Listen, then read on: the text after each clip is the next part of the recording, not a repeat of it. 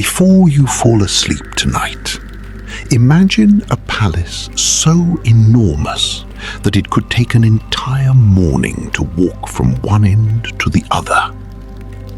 Imagine thousands of servants moving silently through its halls. Imagine golden roofs glowing beneath the morning sun. Imagine gardens filled with lotus flowers, ancient trees, and quiet ponds. And now imagine living inside that palace while feeling completely alone. This is the story of Empress Lianhua, a fictional woman who lived behind the silk curtains of an ancient Chinese imperial palace. She had everything a person could desire: gold, silk, jewels, servants, power, and a throne. But there was one thing she could not buy: someone who truly loved her. So tonight, as you close your eyes and let the world become quiet, listen to the story of the woman who ruled an empire, but spent most of her life searching for a single human heart that she could trust. This is the story of the Lonely Empress of China. Chapter 1. The Girl Who Entered the Palace. Long before Lianhua became an empress, she was simply a quiet girl living beside a river. Her family was neither rich nor powerful. Her father was a scholar who spent most of his days reading old books beneath a plum tree. Her mother made silk garments for wealthy families. Their home was small. Their garden was smaller. But Lianhua remembered those years as the happiest of her life. Every evening, her mother would light a small lantern. Her father would sit beside the window and read. And Lianhua would listen to the sound of the river beyond their garden wall. She never dreamed of becoming an empress. She dreamed of simple things: a peaceful home, a kind husband, children running through a garden, and a table where everyone could sit together. But dreams do not always survive the plans of kings. When Lianhua was 16, an imperial messenger arrived at her father's home. He carried a red scroll decorated with the imperial seal. Her father read it once, then again, and slowly lowered the scroll. Lianhua knew immediately that something had changed. "What does it say?" she asked. Her father looked at her for a long moment. Then he said quietly, "You have been chosen for the imperial palace." Lianhua did not understand. She thought perhaps she would visit the palace. She thought perhaps she would return home. But her father knew better. His daughter was leaving forever.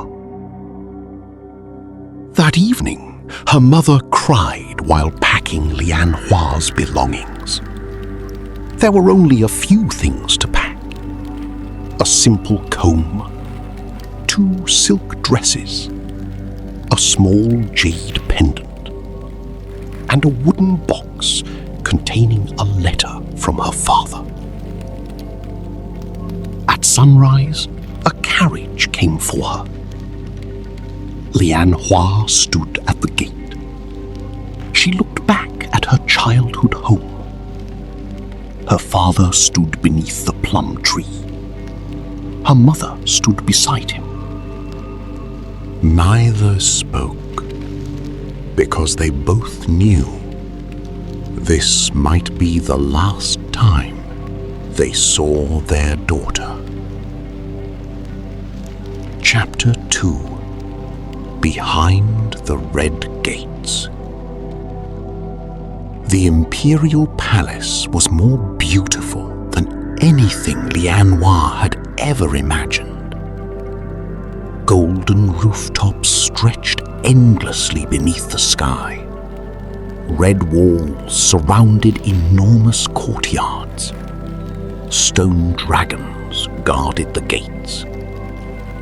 Hundreds of servants moved through the palace like quiet shadows. At first, Lian Hua was amazed. She had never seen such wealth, never touched silk so soft, never walked beneath ceilings painted with golden clouds. But the palace had another side, a side nobody spoke about. The palace was beautiful and silent. Every movement was watched. Every word could be repeated. Every friendship could become dangerous. And every woman inside the imperial household understood one rule. The emperor belonged to the empire before he belonged to anyone. Lian Hua learned quickly. She learned how to bow, how to walk, how to speak, how to remain silent. She learned which servants could be trusted and which ones smiled while carrying secrets. Months passed, then years. Eventually, Lian Hua became one of the emperor's most respected companions. She was intelligent, calm, kind, and unlike many others, she never competed for attention. The emperor noticed, and slowly he began visiting her chambers more often. One winter morning, Lian Hua received news that changed everything. The emperor had chosen her as his empress. The palace celebrated. Musicians played. Lantern filled the courtyards. Thousands of candles burned through the night. But Lian Hua stood alone behind a silk curtain. She looked at the celebration outside and wondered, why did becoming the most powerful woman in the empire feel so lonely? Chapter 3: The Golden Throne. Lian Hua's coronation took place beneath a sky filled with winter clouds. She wore a magnificent golden robe embroidered with phoenixes. A jeweled crown rested upon her head. Officials bowed. Soldiers lowered their weapons. Thousands of people gathered outside the palace gates. The empire had a new empress. But when Lian Hua looked across the enormous throne room, she saw something nobody else noticed. Empty chairs, empty corridors, empty spaces between people. She had become the highest-ranking woman in the empire, yet she could not freely choose a friend. She could not walk outside alone. She could not visit her parents whenever she wanted. And she could not even speak honestly with most people around her. Every person who approached her had a reason. Some wanted influence, some wanted money, some wanted protection, some wanted her favor, and some wanted her downfall. So Lianhua began keeping a diary. Every night, after the palace became quiet, she wrote. She wrote about her childhood, her mother, her father, the river beside her home, and the life she had once imagined. On one page, she wrote, "Today, thousands of people bowed before me." Then, Chapter 4: The Empty Palace. Years passed. The emperor became increasingly occupied with matters of war and government. The palace became busier, but Lianhua became quieter. She spent her mornings walking through the imperial gardens. She loved the lotus pond. In spring, pink flowers floated across the water. In autumn, golden leaves covered the stone paths. Sometimes she sat beneath an ancient tree and listened to the birds. It was the only place where she felt invisible. One afternoon, an elderly palace servant named May approached her. May had served the imperial family for more than 40 years. She was one of the few people who remembered Lianhua before she became empress. "You are lonely," May said. Lianhua smiled faintly. "I have an entire palace around me." May shook her head. "That is not what I said." Lianhua looked away. For a moment, neither woman spoke. Then May quietly said, "Even a palace can become a prison when nobody inside it knows your heart." Lianhua remembered those words for the rest of her life. Chapter 5: The Letter from Home. One autumn evening, a messenger arrived from Lianhua's hometown. He carried a small wooden box. Inside was a letter, her father's handwriting. Lianhua recognized it immediately. Her hands began trembling. She opened the letter. Her father wrote about the river, the plum tree, the changing seasons, and her mother. Then came the final line. "Your mother still leaves a lantern beside the window every evening because she says, perhaps one day our daughter will come home." Lianhua could not continue reading. She pressed the letter against her chest. Then she cried.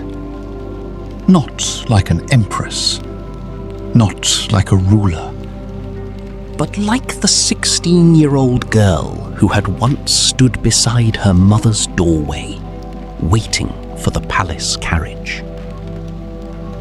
That night, Lianhua made a decision. She would visit her family, no matter how difficult it was, no matter what the court thought.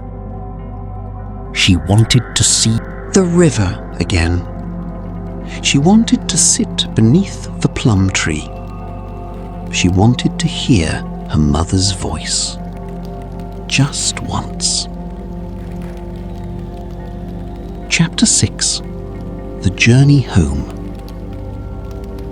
Months later, permission was finally granted. Lianhua left the imperial palace with a small procession. As the carriage travelled farther from the capital, the world slowly changed. the enormous palace disappeared behind the horizon. The roads became quieter. Fields replaced stone buildings. Farmers worked beneath the sun. Children ran beside the roads, and Lianhua felt something she had almost forgotten: freedom. When she finally reached her childhood home, she stepped out of the carriage. The plum tree was still there, older now. Its branches were wider. Its trunk Was darker, but it was the same tree. Her father stood beneath it. He was older. His hair had become completely white. For several seconds, they simply looked at each other. Then Lianhua ran toward him. And for the first time in years, she was not an empress. She was simply a daughter. Her father held her tightly. Her mother came outside. The three of them stood beneath the old plum tree, and Lianhua cried. But these were different tears. They were tears of home. Chapter 7. The Night by the River. That evening, Lianhua walked beside the river with her father. The moon reflected upon the water. She told him about the palace, about the endless ceremonies, about the people who smiled without meaning it, about the nights when she felt completely alone. Her father listened. Then he said something she never forgot. You were never lonely because you had no people around you. Lianhua looked at him. You were lonely because you were never allowed to be yourself. She lowered her eyes. Her father continued. Power gives a person many things, my daughter, but it cannot give them a home. Lianhua looked at the river. For the first time, she understood. Home had never been a palace. Home had been the people who knew her before the crown. Chapter 8. The Empress changes the palace. When Lianhua returned to the capital, something inside her had changed. She was still empress. She still wore the golden crown. She still attended ceremonies. But she was no longer willing to let the palace remain a place where everyone was afraid to speak. She created a small garden where servants could rest.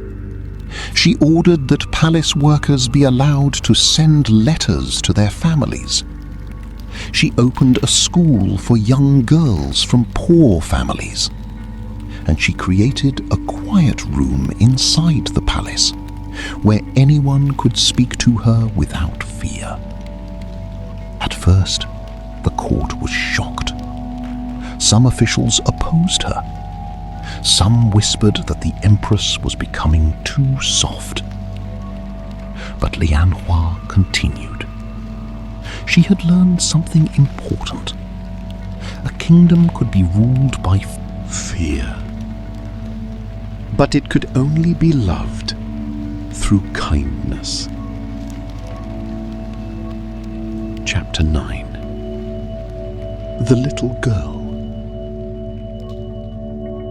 One spring morning, Lianhua visited the new school. There were dozens of children. One little girl stood apart from the others. She was holding a small wooden writing tablet. Lianhua approached her. "What is your name?" The girl looked frightened. "Mei Lin.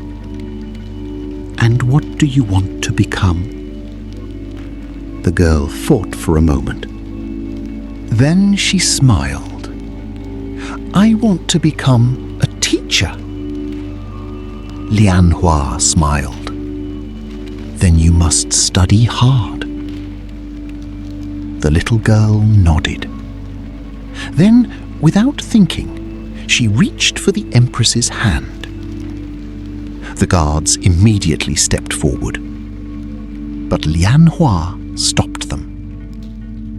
She looked down at the tiny hand holding hers and smiled. "It is all right." The little girl smiled too. Lianhua realized something. The child did not see a crown. She did not see power. She did not see an empress.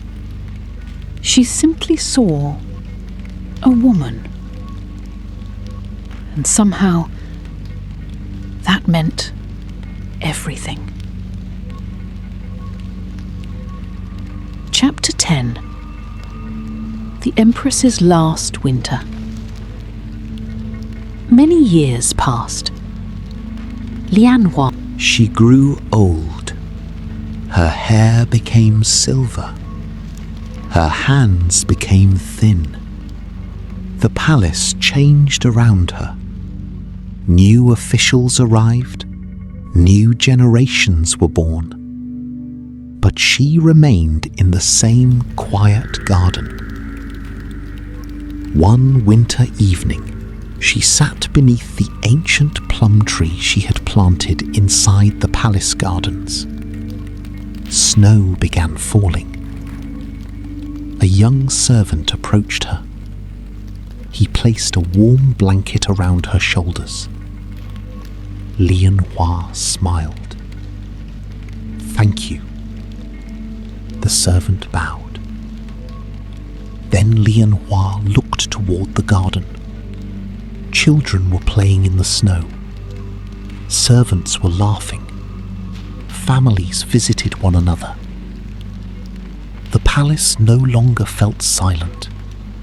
It felt alive. Lianhua closed her eyes. She remembered the 16-year-old girl who had once entered the palace, frightened and alone.